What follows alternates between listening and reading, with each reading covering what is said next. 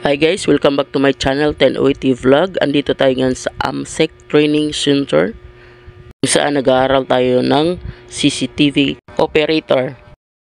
Si sir, siya po yung trainer at may-ari yata rito sa mukha lang. Good morning guys, good morning everyone. Thank you so much din 10OT Vlog. Yeah, thank you sir. Thank you. Pinaunlakan mo kami. Maraming salamat or sa mga ka-59 na naka-follow dito kay 10OT Vlog. Continues to follow her vlog kasi mukhang very informative ang kanyang mga vlog no? At magpapa-snack yata siya ngayon kasi dollars na ang dumadating dito every month. Mapakaganda pala mag-vlog. Welcome kayo dito sa aming CCTV tutorial sa mga gustong maging CCTV monitoring and surveillance personnel. Tama ba ako, ma'am? Ito kasi may mga guest tayo dito na mga kumukuha ng ganitong course kasi nagagamit sa pag-a-apply. In fact, I already have thousands of students na may mga trabaho na ngayon. Pero we're very sorry mga kapatid kasi hindi kami tumatanggap ng walk-in. Kailangan kausapin nyo muna kami sa aming social media page. O kaya dito mismo kay post sa 10OT. I-guide nila kayo kung paano makarating dito. Bawal kasi ang walk-in kaya hindi ako naglalagay ng card. No, kasi pag nagturo ako, nakita naman nila, bawal ang istorbo. Ayaw.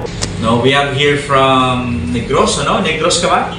Negros, Coronadal, shout out sa mga taga Coronadal. And also sa mga taga Negros. And we also have here from Qatar. Pangasinan, Qatar.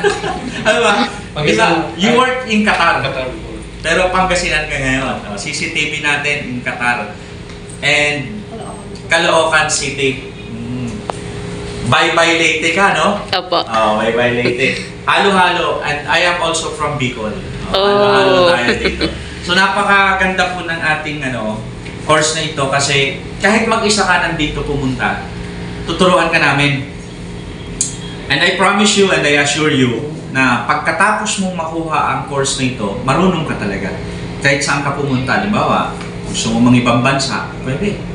Marami tayong mga estudyante na ng ibang bansa na Dito marami ding hiring. Kaso syempre, di namin pwedeng ibigay yung mga kumpanya na yon. Unless graduate ka na dito, bibigay namin kung saan ka mag-a-apply.